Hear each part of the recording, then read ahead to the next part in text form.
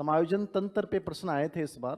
Defence mechanism जो है वो उसके कुछ प्रकार हैं। यहाँ पे समायोजन तंत्र क्या होता है, बताओ समायोजन तंत्र क्या होता है। समायोजन तंत्र मुख्य रूप से तो दो प्रकार का होता है। इस पे 5-6 तरीके हैं इसके, सब समझने हैं आपको। एक अंतः दंडात्मक,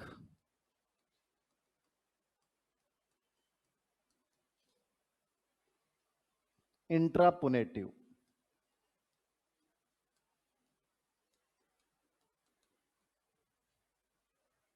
और एक होता है बहिर्दंडात्मक।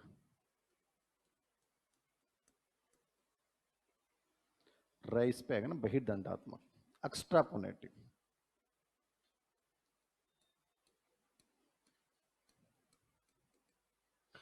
अंतःदंडात्मक वो समायोजन तंत्र होता है जब आप अपने आप को जिम्मेदार ठहरा देते हो।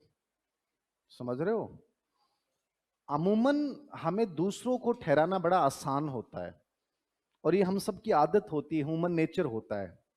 वो जिंदगी में जब बड़ा नहीं कर पाता है तो कहता है फैमिली खराब थी, सपोर्ट करने वाला नहीं था, गाइडेंस करने वाला नहीं था, पैसे नहीं थे, शरीर ने साथ नहीं दिया, लड़की जो मेरी लाइफ में आई वो बड़ी बेकार निकली, उसने मेरे को डैमेज कर दिया। ये चीजें बड़ी आसान है, ये बहिर्दंडात्मक है, आप डाल दो बाहर चीजों पे। लेकिन अंतर्दंडात्मक बड़ा मुश्किल काम होता है जब आप स्वीकार करते हो कि यार कुछ भी कहो वो उसका काम था, बट यार कमजोरी तो मेरी थी ना, मैं क्यों नहीं संभल पाया, मैं क्यों नहीं कर पाया, मुझे करना चाहिए था ना, मैं क्यों नहीं निकल पाया। ये बहुत जरूरी चीज है जिंदगी में। जितनी अपनी आत्म आलोचना करोगे, अपने को जिम्मेदार ठहराओगे बैठाओगे, उतनी जल्दी कम बैक कर दोगे। ये तो बड़ा आसान तरीका है, दूसरों पे डाल के फ्री हो गए आप तो, उसकी वजह से हो गया। पेरेंट्स ने सपोर्ट नहीं किया। कई बार बच्चे कहते हैं सर पेरेंट्स हमें लाइब्रेरी नहीं भेजते, मत भेजने दो। होता ना, कई बार मेरे पास डेली ऐसे मैसेज आते हैं, सर घर वाले लाइब्रेरी नहीं भेजते, उन्हें डर लगता है, सर घर बाहर नहीं भेजना चाहते। अरे मत भेजने दो, कोई लाइब्रेरी की जरूरत नहीं है। अपने घर को लाइब्रेरी बना सकते हो, तुम अपनी छत को लाइब्रेरी बना सकते हो। तुम्हें एक कोना चाहिए होता है अपने सपनों को पूरा करने के लिए।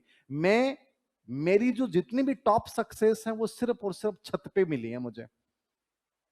छत की छांव में नीचे बैठ गया, छत पे दरी बिछा ली, ठीक है, चेयर ले ली और बैठता रहा। कभी मैंने, मुझे याद नहीं आता कि मैंने कभी कूलर चलाया हो स्ट्रगल टाइम में। कूलर के नीचे कभी नहीं बैठा, फैन, चाहे वो मई हो चाहे जून हो।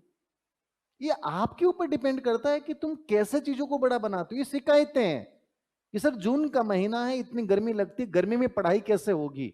निश्चित रूप से गर्मी पढ़ाई के प्रतिकूल होती है, लेकिन जब तुम्हारा डिटर्मिनेशन बड़ा होता है तो तुम स्थितियों को बड़ा बना लेते हो। और ये चीज हमेशा दिमाग में रखो, आपको सब कुछ आपके अनुकूल नहीं मिलेगा, और जब अनुकूल नहीं मिल रहा है तभी तो करके दिखाना चाहिए। तो ये उन लड़कियों की बात कर रहा हूं जो बार बार सर आप कुछ कर दो ना, ऐसा क्यों कर दूं भाई मैं। और आप किसी पे डिपेंड होके मान लीजिए बाहर आ गए, आपको किसी ने लाइब्रेरी की व्यवस्था कर दी, फिर नहीं बन पाई तो कितनी नेगेटिविटी आएगी। जिस कोने में तुम बैठे हो वहीं बैठ के बड़ा इतिहास रचो, बहुत जरूरी है ये। मत किसी से उम्मीद करो कि वो कोई आएगा और लाइफ को बदल देगा, बहुत गंदी सी चीज लगती है। मैंने अपने दुख दर्द कभी नहीं रोए किसी के सामने, चाहे कितने भी खराब हालात रहे हो। और ये मैं आपको भी कहता हूं, मत रोया करो दूसरों के सामने, ये आपको कमजोर बना देता है। जैसी सिचुएशन है उसमें बेहतर देने का प्रयास करो, ये बहुत बड़ी चीज होती है। तो अंतदंडात्मक और बहिदंडात्मक का मतलब लिख लो आप। अंतदंडात्मक और बहिदंडात्मक लिखो। अंतदंडात्मक के अंतर्गत, अंतःदंडात्मक के अंतर्गत व्यक्ति, अंतःदंडात्मक के अंतर्गत व्यक्ति स्वयं को जिम्मेदार मानता है, स्वयं को जिम्मेदार मानता है, आत्म आलोचना करता है, आत्म आलोचना करता है, आत्म आलोचना करता है, अपनी हताशा या असफलता, अपनी हताशा या असफलता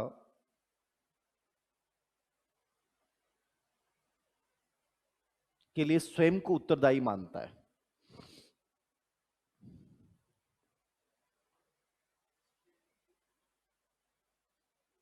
स्वयं को उत्तरदायी मानता है। मैंने पहले भी कहा है, नोट्स खुद बनाओ। नोट्स अपलोड हो जाएंगे बट वो नोट्स आपके कोई काम के नहीं आएंगे जब तक खुद नोट्स नहीं बनाओगे। ये तुम क्लास सुन रहे हो तो तुमसे अधिक बेवकूफी कोई नहीं कर रहा है। आपका पेन नहीं चल रहा, आपकी नोटबुक आपके सामने नहीं है, इसका मतलब तुम्हारा पढ़ने का तरीका अच्छा नहीं है। लिखो चीजों को शॉर्ट में, दूसरों के नोट्स क्या काम आएंगे आपके। तो अंतर्दंडात्मक समझ गए। इंट्रापोनेटिव क्या है? जब आप, अब इस पे एग्जाम्पल पूछेगा, ये दोनों प्रश्न एग्जाम में आए हैं इस बार, ये पहली बार पूछा गया था एग्जाम में, इस बार लास्ट एग्जाम में। तो अंतर्दंडात्मक में जब आप अपने आप को जिम्मेदार ठहरा देते हो, मैं ही जिम्मेदार हूं, मैं असफल, मेरी हताशा, मैं पागल था। लड़का या लड़की क्या कहती है? मैं पागल था जो भावनाओं में बह गया था। क्यों बहा मैं भावना में, जब परिणाम मुझे दिख रहा था कि यही होना है लास्ट में जाके। तो आप अपने आप को पागल कहो कि यार मैं पागल था, मूर्ख था, मुझे ये नहीं करना चाहिए था। ये अंतर्दंडात्मक है भाई, जरूरी है। मैंने किया था। मैं जिस लड़की से अटैच हुआ था 12th क्लास में, हो गया था, बहुत शाना था मैं, देख लो कितना एडवांस था उस जमाने में। 2 साल तपस्या की, 2 साल उसकी तरफ देखा प्यार भरी नजरों से। 2 साल की तपस्या के बाद जब फल पका फर्स्ट ईयर में, सेकेंड ईयर में, तो पता चला कि मैं पढ़ाई को लेकर बहुत सजग था, तो पता चला कि वो किसी और के साथ सेट हो गए हैं। तो मैंने अपने आप पे गुस्सा किया कि यार मैं कितना पागल था, मैं कितना सही मानता था कि ऐसा होगा। अरे नहीं भाई, दुनिया बहुत अलग है, यहाँ लोग यूं नजरें लगाए बैठे हैं। तुम ये समझ लेते हो कि ये मेरा अपना है, कोई किसी का अपना नहीं है। लोग यूं हड़पने को तैयार बैठे हैं, इसका ध्यान हटा, अपना जड़ा। ठीक है, इतना माहौल खराब है इस धरती पे। इसलिए कभी ये सोच के, इसलिए दुखी नहीं होना, मैं फिर कह रहा हूं। आपको लगे सर कैसे बर्दाश्त करूं, कैसे अपने सामने उसको किसी और के साथ देखूं, मंड जाने का मन करता है। उसने उसके साथ शादी कैसे कर ली सर, मैं तड़प रही हूं। मैं तो एंजॉय करना चाहिए, पार्टी करनी चाहिए, कोको कोला का पैक बना के, और इमेजिन करना चाहिए कि पी ली है, अब चढ़ेगी थोड़ी देर में। मतलब इमेजिनेशन बहुत बड़ी ताकतवर होती है, कोको कोला से भी चढ़ जाती है, जरूरी नहीं होती कि आपको देशी पीनी पड़े। इमेजिन करो चीजों को लेकर, फिर आप अपना फ्रस्ट्रेशन निकलेगा। फिर आपको लगेगा अरे कितना मूर्ख था मैं, कहां अपनी एनर्जी खर्च कर रहा था। जो इंसान किसी और के साथ खुश है, आनंद के साथ जी रहा है, तो मैं क्यों दुखी हूं उस इंसान के साथ भाई, मुझे भी तो खुश होना चाहिए। ये अंतर्दंडात्मक, ये इस ऐसे लोग खुश रहते हैं जिंदगी में। ठीक है, एक परेशान है, नहीं मैं बर्दाश्त नहीं कर पा रहा, मेरी वाइब्रेशन हो रहा है, मेरी आंख जल रही है, मेरा बीपी लो हो रहा है, मुझे नींद नहीं आ रही, मैं पागल हो जाऊंगी, मुझे बचा लो ना। कौन बचाए बताओ। अब देव सिंह सर एकमात्र आदमी है जिसके पास ऐसे बच्चे आते हैं। क्या दूं बताओ उन बच्चों को। लिखो, वही दंडात्मक, एक्स्ट्रापोनेटिव।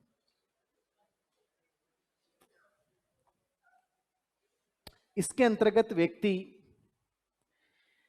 इसके अंतर्गत व्यक्ति अपनी असफलता को, हताशा को दूसरों पे डाल देता है, अपनी असफलता को, हताशा को दूसरों पे डाल देता है, जैसे उसकी वजह से, जैसे उसकी वजह से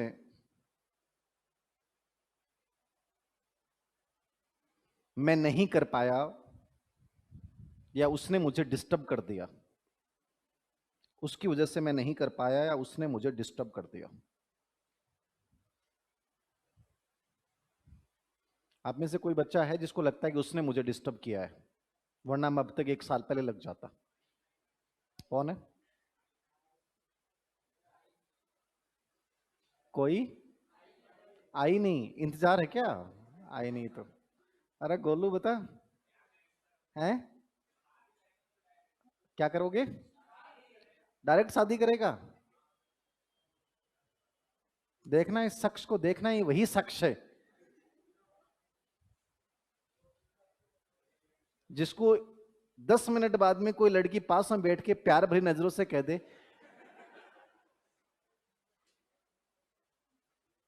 शाम को मूवी देखने चलें क्या? तो ये जो कह रहा ना कि मैं शादी से पहले तो कुछ करूंगा ही नहीं, मैं ऐसे ऐसे नहीं, मैं प्रभावित नहीं होता, मैं पापा के सपने लेके आया हूं, शाम को मैसेज करेगा, मैं फ्री हूं बता दो कहाँ आना है।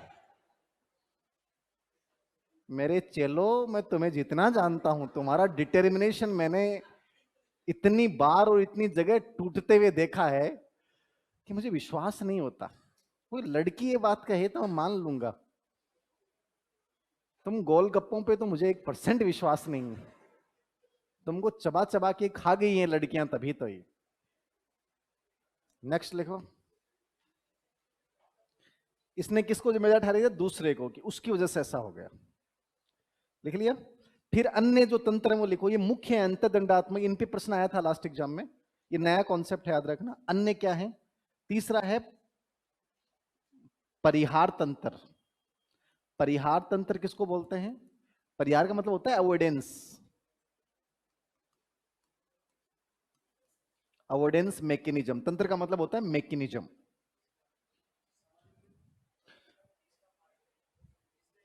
तीसरा, हाँ तीसरा भाग समायोजन तंत्र का तीसरा भाग है। पहला अंतदंडात्मक, दूसरा बहिर्दंडात्मक, तीसरा क्या है? परिहार। परिहार का मतलब होता है अवॉइडेंस। क्या होता है बताओ? अवॉइडेंस किसको बोलेंगे? अवॉइड करना मतलब बहुत अच्छा तरीका होता है, आप नजरअंदाज करो चीजों को। जिंदगी में बड़ा सुकून का कारण है। ऐसा कोई घर नहीं हो सकता, ऐसा कोई रिलेशनशिप नहीं हो सकता जहां आपको कभी ना कभी आपकी झड़प नहीं हो। रिश्ते हैं, वहां झड़प होंगी, वहां लड़ाइयां होंगी, वहां झगड़े होंगे, और बहुत अच्छे लेवल के भी होंगे। कोई भी दुनिया की ऐसी जोड़ी नहीं हो सकती जिनमें लड़ाई झगड़े नहीं हो। सबसे बेटर तरीका क्या है? आप यदि बहुत खुश रहना चाहते हैं, आप बहुत सारी चीजों को नजरअंदाज करें, अवॉइड करें। कभी आपकी मम्मी कहेगी ऐसे करना चाहिए, आपकी धर्मपत्नी कहेगी ऐसे करना चाहिए, भैया ये कहेंगे ऐसे करना चाहिए, पापा कहेंगे ऐसा करना चाहिए, सबकी अलग अलग राय होंगी, सब अलग अलग देंगे, तो आप सबको सुनिए, बट लगभग चीजों को, जो नेगेटिव चीजें हैं जिनसे रिश्ते बिगड़ सकते हैं, उनको क्या करिए? अवॉइड करिए, उनको बड़ा मत बनाइए। जितना चीजों को अवॉइड करोगे, जितना कोई बात है, आप जितने रिएक्शंस दोगे ना, वो चीजें बड़ी बनती जाती हैं। तो जिंदगी में बहुत सुखद जीवन का जो सार है वो ये है परिहार। बहुत सारी चीजें जो आपको सही नहीं लगती, उनको क्या कर दो? अवॉइड कर दो, उनसे दूर चले जाओ, आप परिहार करो, अवॉइड करो। तो लिख लो, इसके अंतर्गत व्यक्ति, इसके अंतर्गत व्यक्ति व्यक्ति किसी समस्या या तनाव से, व्यक्ति किसी समस्या तनाव से दूरी बना लेता है, किसी समस्या तनाव से दूरी बना लेता है, उसे नजरअंदाज करता है,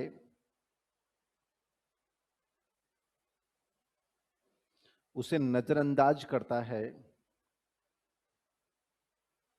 उससे बचने की कोशिश करता है। इसको अवॉइडेंस मैकेनिज्म बोलते हैं। कौन सा मैकेनिज्म बोलेंगे? अवॉइडेंस मैकेनिज्म, परिहार तंत्र। चौथा तंत्र होता है संज्ञानात्मक पुनर्गठन तंत्र। संज्ञानात्मक पुनर्गठन,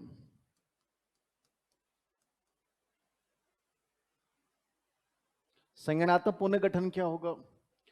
कोग्निटिव रिकंस्ट्रक्टिंग।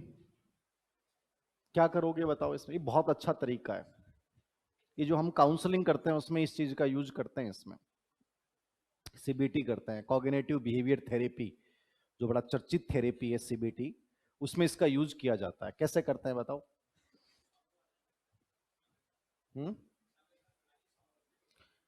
सीबीटी मतलब जैसे मान लीजिए आपके दिमाग में एक थॉट है जो लगभग बच्चों की हो सकता है। उन्होंने एक चीज बना रखी है कि सर मैं असफल व्यक्ति हूं, I am a failure, I am a loser, मैं कोई काम का आदमी नहीं हूं, मैं अपनी जिंदगी में कभी कुछ नहीं कर सकता सर, मैंने अपनी जिंदगी बर्बाद कर दी है। ऐसे लोग होते हैं जो पहले कई संगति गलत पड़ जाती है, कुछ चोट हो गई, उससे अपने एक महत्वपूर्ण इवेंट को उन्होंने जिंदगी से खो दिया। एक पिक टाइम जो है, समझ रहे हो, पिक टाइम, आपका पिक टाइम चल रहा है, ये सबसे इंपॉर्टेंट टाइम है। उस समय आपकी गलतियां माफ नहीं होती, बाकी टाइम में आपकी गलतियां माफ हो जाती हैं। 11th 12th बीए बीएससी, इनके दौरान आप कितनी भी बड़ी गलतियां करो आपको माफ कर दिया जाएगा। लेकिन जो तुम्हारी जिंदगी के कैरियर का निर्माण टाइम होता है, वहां तुम एक छोटी सी भी गलती हो उसको वक्त माफ नहीं करता, बाकी दुनिया तो कौन होती है माफ करने वाली, और तुम्हें दुनिया से क्यों माफी मांगनी, ये वक्त माफ नहीं करता। याद रखना, आपकी जिंदगी माफ नहीं करेगी कि तुम्हें उस समय जब तुम्हारे जीवन का सर्जन का समय था तुम क्यों इन चीजों में पड़े। समझ रहे हो जो मैं कहना चाहता हूं? तो ऐसी चीजें करने के बाद आपके दिमाग में नेगेटिव आता है और आप अपने अपने आप को ये समझने लग जाते हो कि मैं बेकार इंसान हूं, मैं दुनिया का सबसे हारा हुआ इंसान हूं, मैं सबसे कमजोर इंसान हूं। अब जब ऐसे लोग मेरे पास आएंगे तो मैं उन्हें कहूंगा कि आप अपने बारे में क्या सोचते हैं, तो व्यक्ति कहेगा कि सर मैं बहुत कमजोर हूं, I am a weak, I am failure, I am loser, मैं दुनिया का सबसे गंदा आदमी हूं सर। अब मतलब उसने इतनी गंदी थॉट बना रखी है, वो उसको बहुत कमजोर बना देगी, वो उसकी लाइफ में डिप्रेशन, एडजस्टमेंट खत्म कर देगी, सब कुछ खत्म कर देगी। मैं उसमें संज्ञानात्मक पुनर्गठन में जो उसने थॉट बना लिया अपने बारे में कि मैं असफल व्यक्ति हूं, मैं फेलियर हूं, मैं बेकार हूं, मैं वरिष्ठ इंसान हूं, मैं उसके जो असफल व्यक्ति वाला जो उसने टैग लगा रखा है, मैं इस विचार को बदलूंगा। पहला काम ये करूंगा, उसे बताऊंगा तुम असफल नहीं हो। क्यों नहीं हूं मैं बताऊंगा, तुम जिंदगी में कहां कहां क्या पढ़े हो, तुम्हारा एकेडमिक रिकॉर्ड देखो, तुम्हें लिखना आता है, पढ़ना आता है, तुम्हें यह पता है कि मैंने यहां गलतियां की हैं। इन सब चीजों के बारे में सोचो, इन चीजों को तुम अपनी लाइफ से हटा दोगे और तुम यदि एफर्ट्स करोगे तो जो असफलता वाला है वो तुम क्या बन जाओगे, सफल। आपको यहां इसके स्थान पे ये सोचना है कि मैं असफल था लेकिन मैं फिर से कोशिश कर रहा हूं, मैं बहुत मेहनत कर रहा हूं। ये दोनों विचार मैं बना दूंगा कि मैं मेहनत कर रहा हूं, मैं कोशिश कर रहा हूं। इस तरीके से भी उस बच्चे ने सोचना शुरू कर दिया तो मतलब वो जीत की राह पे चल पड़ा है। वो कब तक जीत नहीं सकता जब तक वो उसने ये मान लिया है कि मैं दुनिया का सबसे असफल व्यक्ति हूं। और ये आप सब लोगों की जिंदगी में बहुत सारे लोगों ने अपनी लाइफ में ये कॉग्निटिव स्ट्रक्चर बना लिया है कि मैं लाइफ में बहुत बेकार हूं भाई, मैं लाइफ में कुछ बड़ा कर ही नहीं सकता, मैं खत्म इंसान हूं। और मैं इतने हजारों एग्जाम्पल गिना सकता हूं कि जो सच में वरिष्ठ थे, जो कुछ नहीं बन सकते थे, उन लोगों ने अपनी जिंदगी को बदला है ये सोच के कि मैं कर सकता हूं, मैं कर लूंगा। ये कॉग्निटिव रिस्ट्रक्चर है। ये काउंसलिंग होती है जो स्पेशली सीबीटी तकनीक है, जो आजकल का क्लिनिकल साइकोलॉजिस्ट है होते हैं, करते नहीं है साइकेट्रिस्ट वाले। मुझे बहुत पसंद है ये चीजें करने की, और मेरा एरिया ऑफ इंटरेस्ट है, मैंने आपको पहले भी बोला है। मैं लंबा पढ़ाऊंगी नहीं पढ़ाऊं, लेकिन मैं इस पे बहुत वर्क करना चाहता हूं, इसको जीऊंगा इस सेक्टर को मैं। तो निश्चित रूप से लाइफ बदली जा सकती है, बहुत अच्छी तरीका है। तो लिख लो संज्ञानात्मक पुनर्गठन क्या है। इसके अंतर्गत व्यक्ति के गलत विचार को या नकारात्मक सोच को, इसके अंतर्गत व्यक्ति के गलत सोच या नकारात्मक विचार को सकारात्मक सोच में बदला जाता है। नकारात्मक सोच को सकारात्मक सोच में बदला जाता है। व्यक्ति की नकारात्मक सोच को सकारात्मक सोच में बदला जाता है। नकारात्मक सोच को सकारात्मक सोच में बदला जाता है। जैसे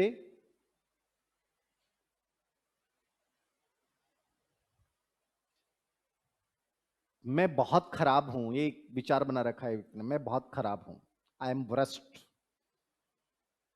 मैं बहुत खराब हूं, आई एम वर्स्ट। अब मैं इसको चेंज करूंगा, इसकी जगह क्या लूंगा? मैं अच्छा कर रहा हूं।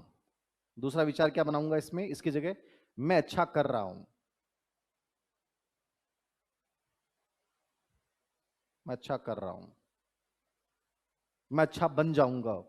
ये जो दोनों विचार मैंने बनाए, क्या किया? कॉग्निटिव रिस्ट्रक्चर किया।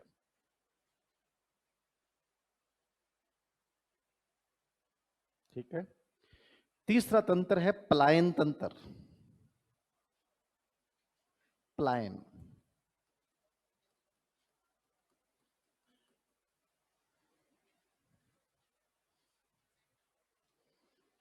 भाग रहे हो पलायन में।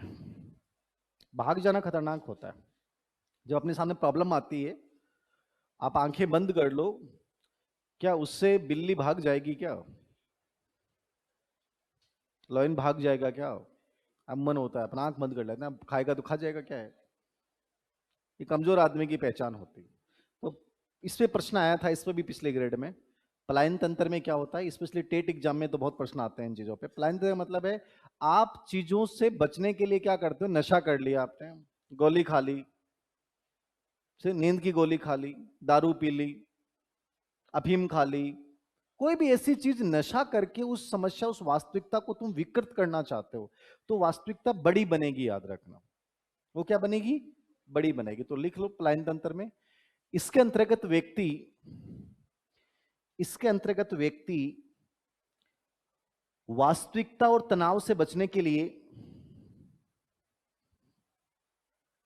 वास्तविकता व तनाव से बचने के लिए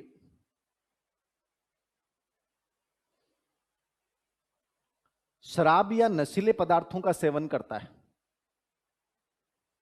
तनाव से बचने के लिए शराब या नशीले पदार्थों का सेवन करता है।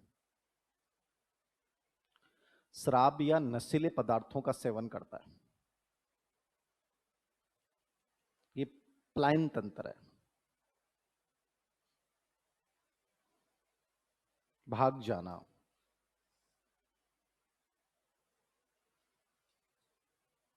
ठीक है। तो ये आया हुआ प्रश्न है कि जैसे एक व्यक्ति, प्रॉब्लम आ गई, रियल प्रॉब्लम आ गई, वह सफल हो गया, कंपटीशन में नंबर कम आ गए, और उससे बचने के लिए क्या करता, अब क्या करूं? तो उसने ड्रिंक कर ली। अब उसे लग रहा है अच्छा फील हो रहा है, क्योंकि उस समय तनाव क्या है, दब जाएगा आपका। आपको दारू जो है वो आपके अंदर ऐसे स्रावित करेगी हार्मोन्स के, आपको आनंद आने लग जाएगा, अनकॉन्शियस हो जाओगे आप, तो मजा आएगा आपको। क्योंकि ये शराब वगैरह ये चीजें आपको क्या बनाती हैं? पशुवत बना देती हैं, और आदमी पशु बन के बहुत खुश होता है। समझ रहे हो आप? इंसान क्या है, पशु बन के बहुत खुश होता है। जिंदगी में याद रखना आप। वो जब तक मनुष्य कोई नहीं रहना चाहता, मनुष्य में इतना सुख नहीं है उसको। जानवर जब बनता है तो उसको बड़ा आनंद आता है। तो जानवर जैसी गतिविधियां करके, बहुत दारू पी के, शराब पी के, ठीक है, कामुक चीजें करके, उनसे वो जानवर बनता है, तो उसको बड़ा फीलिंग गुड होती है उसको। तो मनुष्य बनना जानवर ही चाहता है, याद रखना। नेक्स्ट लिखना पलायन तंत्र के बाद, बीमारी द्वारा समायोजन। बीमारी द्वारा समायोजन तंत्र क्या है? इसके अंतर्गत क्या कर लेगा वो? बीमारी द्वारा समायोजन तंत्र, हाँ, बीमारी का नाटक करेगा, माहौल बनाएगा, चीजों को बढ़ा चढ़ा के पेश करेगा। ये नहीं होना चाहिए। चीजों को जानने का प्रयास करो कि ह्यूमन नेचर में नहीं करा कि सब में है हमारे अंदर, लेकिन धीरे धीरे हमें इन चीजों को कम करना चाहिए। मेरा कहने का मतलब ऐसा नहीं है कि ये आप में, मेरे में, सब में होता है हल्का हल्का। अपने छोटी सी प्रॉब्लम होती है तो अपन घर वालों से बात करते हैं, क्या हुआ, सर दर्द हो रहा है। नहीं बताने की जरूरत थी मम्मी को, मम्मी को सर दर्द बता दी, बेटा ध्यान नहीं रखता, खाता पीता नहीं है, क्या करूं तेरे को, क्या बना के भेजूं? 10 बात सुन ली, आपको अच्छा फील हो रहा है, पॉजिटिव फील। ये आदमी का नेचर होता है। जबकि आपको बताना नहीं था, सर दर्द था, आप खुद समाधान करते, आप गर्म पानी पीते, उल्टे लेट जाते, कुछ योगा करते, कुछ भी करते, घूम लेते, हो जाता। कहां बताने की जरूरत थी? लेकिन अपने को सहानुभूति लेनी है, उससे मजा आता है आदमी को। क्या हुआ, क्या बताऊं यार, पैर फिसल गया, बहुत जोर को लगी रहा, बहुत जोर। मम्मी को फोन करेगा चल के, मम्मी और क्या कर रही हो? बेटा खाना बना रही हूँ। अच्छा, खाना बना रहे हो? अब उसे मम्मी पूछे कब, तू ठीक है? काहे का ठीक हूँ मम्मा, गिर गए बहुत जोर की लागी। अब मम्मी भी के पट्टी बांध देगी की, मम्मी अरे छोरा तू ध्यान ही कौन रखे रे, तन कत्ती बार कहूं, तो पढ़ाई का मैंने मत ध्यान दिया कर बेटा, तू नहीं लगेगा तो भी मैं रख लूंगी। नहीं मम्मी, गिर गो मत, ज्यादा मत पढ़ जाकर बेटा, तेरा दिमाग सुनो गो, माए की हो है। मैं लगे टाबर ज्यादा पढ़ रहे ऐ मेरे टाबर सुबह शाम 2 बार जिट्टी जाके आवा है, दर्शन करके आवा है, 2 हाजरी मार के आवा है जिट्टी के मायने।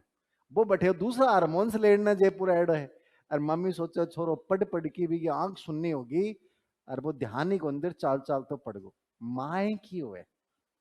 बा हमेशा पॉजिटिव सोचा है, हमेशा याद रखियो, माँ कभी नेगेटिव नहीं सोचती है।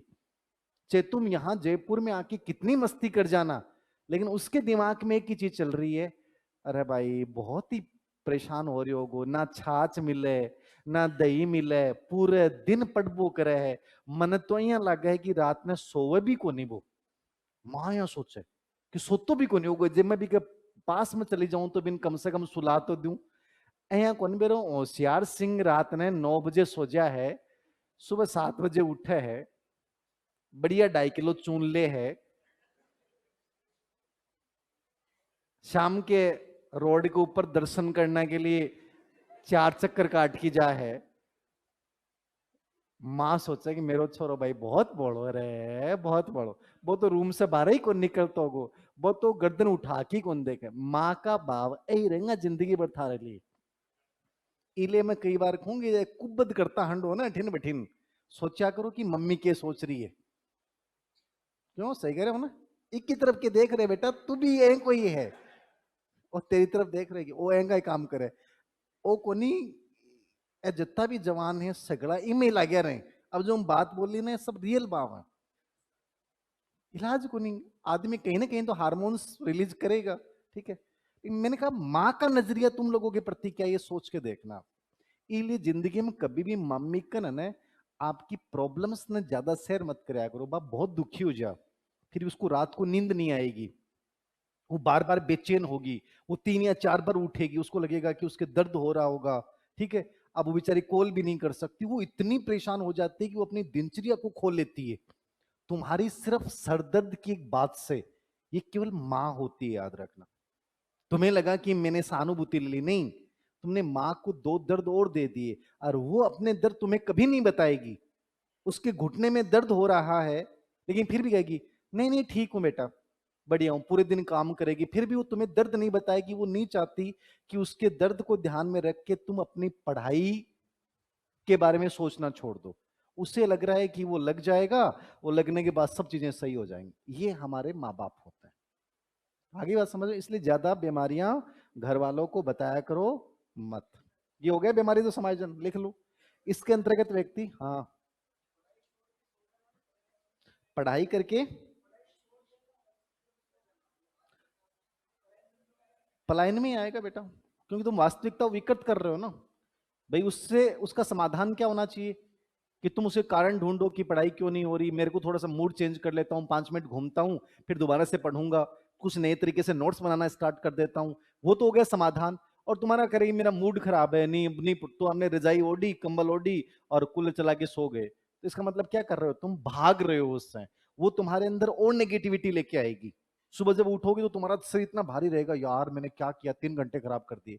जबकि जब भी तुम्हारा मूड खराब हो ना, तो या तो किसी अच्छे व्यक्ति से बात करो, ठीक है, या आप थोड़ा सा पार्क वगैरह में घूमने चले जाओ, ठीक है, या मतलब कुछ भी ऐसा इमेजिन करो, या मंदिर चले जाओ, यदि जहां भीड़ नहीं हो, एकांत वाला मंदिर हो जहां कोई नहीं हो, वहां 10-20 मिनट बैठ के जाके एकदम दीवार के इशारा लगा के, और ऐसा कर लो, तो उससे तुम्हें सुकून आएगा और वापस तुम रिकंस्ट्रक्टिव हो के पढ़ाई करना स्टार्ट कर दोगे, ना कि तुम सो जाओ। ये सबसे गंदा तरीका होता है बच्चों का, बेड सीट को मुंह पे डाला, आंख बंद करके सो गए।